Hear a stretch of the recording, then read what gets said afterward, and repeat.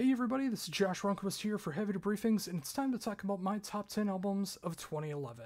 This is a very, very important year for me, as this was the first year that I started That Drummer Guy, the first time I ever interviewed a band, the first time I ever talked in front of a mic, and the first time that I became a contributing factor into people's lives when it comes into discovering new music. Of course, I was doing it for years on social media before I finally got the chance to do it professionally in 2011, so let's see what stuck out in 2011. Coming in at number 10 is While Heaven Wept with Fear of Infinity. And this is an album that blew my mind the first time I heard it.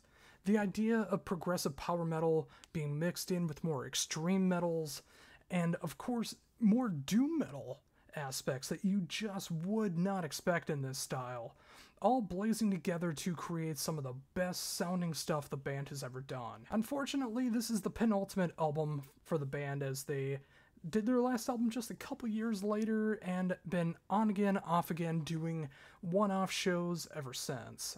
I was supposed to go see them in 2015 at Prague Power, which they announced their breakup. But then in 2019, they went and played Prague Power anyway, so I don't know what to believe anymore. But I will say this album rules, and it might be my favorite While Heaven Wept album. And they've shown up in the list before, but never quite making it to the top 10 while doing this series. This was the one album that I knew for sure had to make it in. And I'm so glad I did, because it was my starting point with the band, and I think it could be a good starting point for you too. Like, if you like the idea of progressive power metal, doom metal, and extreme metal all forming together to create this bond of music that you may have never heard of before, you need to check out While Heaven Wept. Coming up at number 9 is Leprous with Bilateral. You may know Leprous as the backing band for Isan for many, many years, but that's also how I discovered the band, is because of Isan. And when I got to hear Leprous for the first time, I was blown away with what they were capable of. Not only were they able to keep up with Isan's insanity, they had their own blend of insanity as well. Musically, creatively, lyrically, everything that especially went on with the first couple Leprous albums are just genuinely mind-blowing. And then after this album, they decided to really rein in what they were capable of and create some of the most bombastic albums ever created in the prog metal world. Of course, nowadays they're doing much more of the avant-garde stuff, but I really love it when they were doing prog metal. And this album is just a sheer example of what they were capable of.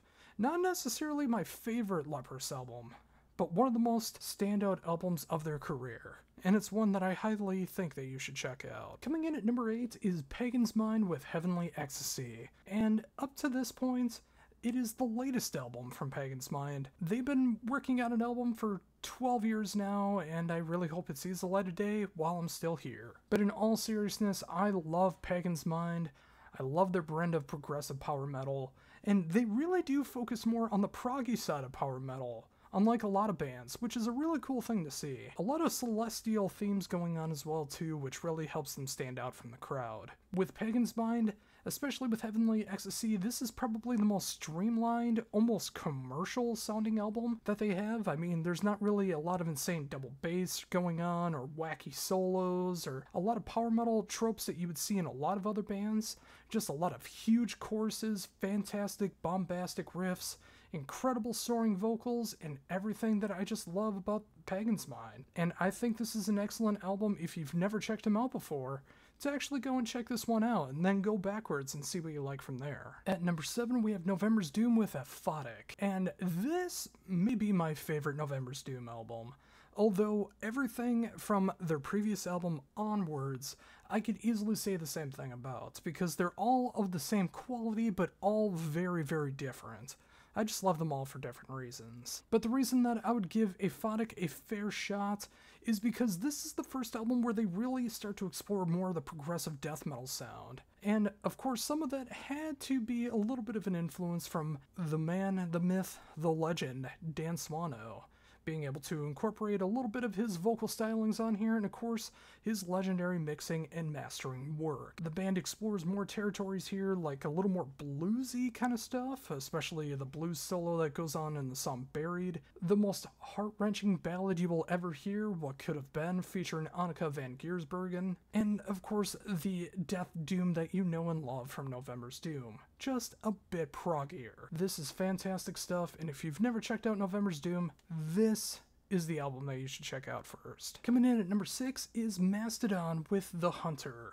And this is the first album that is not a part of the Element suite of air, fire, water, and earth. This is just an album of abstract songs that don't have anything to do with each other. A first for Mastodon. And with that said, it is my favorite Mastodon album.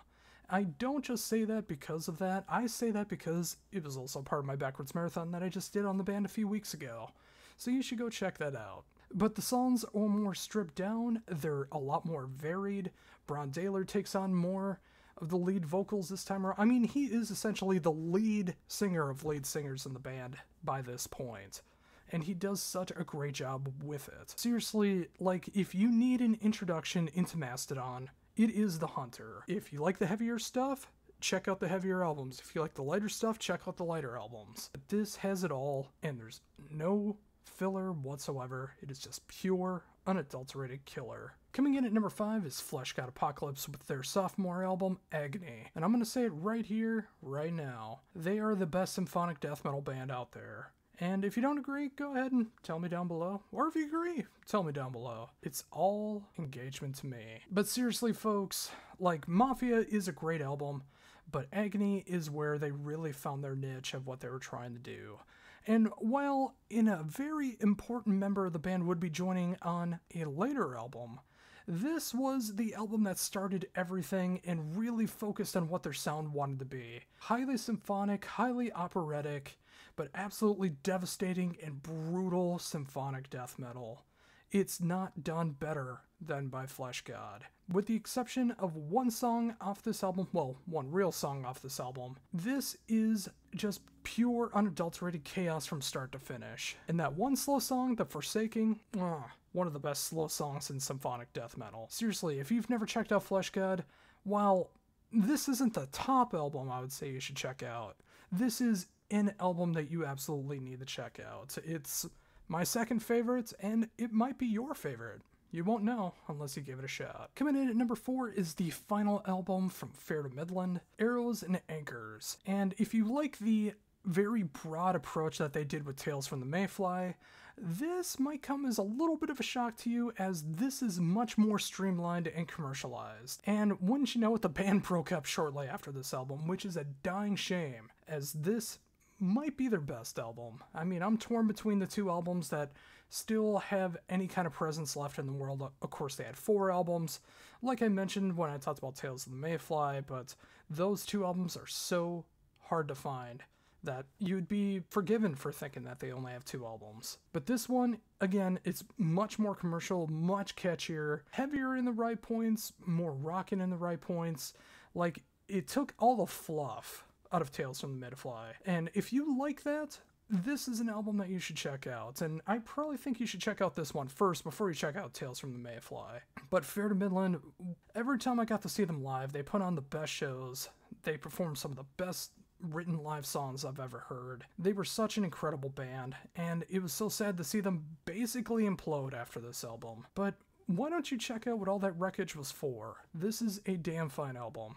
Just give it a shot. And number 3 is the official debut album from Ancient Wisdom, A Godlike Inferno. They did release a couple songs before this on a split with Charles Manson. Yes, that is true. But this particular debut album is roughly a half-hour pure perfection from start to finish, and the simplest way, while not giving everything away and still being off about it, if you enjoyed Alice in Chains' Jar of Flies, but you wanted them to sing about Satan instead, and the end of the world, that is Ancient Wisdom's A Godlike Inferno. Everything after this album did incorporate some kind of acoustic feel behind it, but it was much more electric, and it got into more doom metal, stoner rock, occult metal feels behind it, but this acoustic debut is absolutely insane. I saw these guys open for Ghost, who I talked about in the previous video, and this was one of the most stunning displays of an opening act I've ever seen in my entire life. And I wish Ghost still brought out bands like this. This album changed my way of thinking. You know, it's like up till this point, I pretty much stayed away from anything that was considered satanic, not because I felt like I was going to go to hell, but I just thought it was lame. But this album changed my mind about that, and I'm not satanic, I'm not a part of the satanic church, but this album got me to realize that you can sing about anything that you want to, as long as you got that conviction behind it, like this album has, and absolutely what Nathan Opposition sings. You can make this sound so pure, so evil, so chaotic, yet so catchy at the same time. Seriously, if you want something, like I mentioned before, like Alice in Chains' Jar of Flies, but just with a good old dose of Satan behind it, give this one a shot. Coming in at number 2 is Daniel Jakubovic with Elif Karo. And this album is absolutely insane when you think about it on paper. It is progressive metal, it is pop rock, it is symphonic, it is filled with Middle Eastern folk, and it's sang entirely in Hebrew. Yes, you'd be surprised that this would be number 2 for me in my top 10 albums of 2011, but it still holds up to this day. Even though I can't understand a single word that's being said, the melodies, the harmonies, the instrumentation, Daniel's ability to be able to play everything on this album with a couple guest spots is just simply incredible. And I love the fact that he can get as heavy as Opeth, as poppy as Simple Plan, and as folky as what you imagine Hebrew-inspired folk chants to be. It's got all of that and more. This album hit me so hard when it came out in 2011, and I remember making my list back in the day. It was still at number 2. And here we are in 2023, 12 years later, and it's still at my number 2. In recent times, I've noticed that this is available for streaming, so seriously, go check this out. Although it might be still written in Hebrew, so just look up his name and you should be able to find it. And coming in at number 1, my favorite album of 2011, is, of course, Devin Townsend's Deconstruction. And basically, the case in point is, if you don't think Strapped Young Lad was heavy enough, check out Deconstruction. Of course, it takes a while to be able to get to that point, because it starts off a little bit lighter, but then it gets heavier, and heavier, and heavier, and it doesn't stop. It is a full-blown concept album about what is the meaning of life, featuring some of the best screamers, growlers, and operatic vocals that you will find in metal. And of course, Devin Townsend himself. Especially around this time, everyone wanted Devin to be going back to Strappy On Lad. And he basically said, okay, if you want Strappy On Lad material, here's the closest you're gonna get. And some of this music is way more extreme than you'll ever find on a Strappy On Lad album. And that was back when he was clinically insane. This is when he was sober and in a clear state of mind. It's an absolutely punishing album from start to finish. It starts off slow, but especially by the end, it does not let up. It grabs a hold of you and does not let go. And of course, how can you not have an album with a song like The Mighty Masturbator be your favorite album of 2011? And there you go, folks, my top 10 albums of 2011. What do you think? Did I miss any of your favorite albums? Did I get the right ones? Did you make any new discoveries? Do you just want to hate on me for my own personal humble opinion? Let me know down below. And of course, like, comment, share, subscribe, all that stuff that you do on YouTube to keep tabs on me and know when my next videos are coming out. And of course, spread the word so other ones that you think might enjoy what I do can check this out as well. And until the top 10 albums of 2012, my next interview, review, top 10 list, or anything else that I do here on the Heavy Debriefings YouTube channel. For Heavy Debriefings, it's Josh Runquist saying, see ya.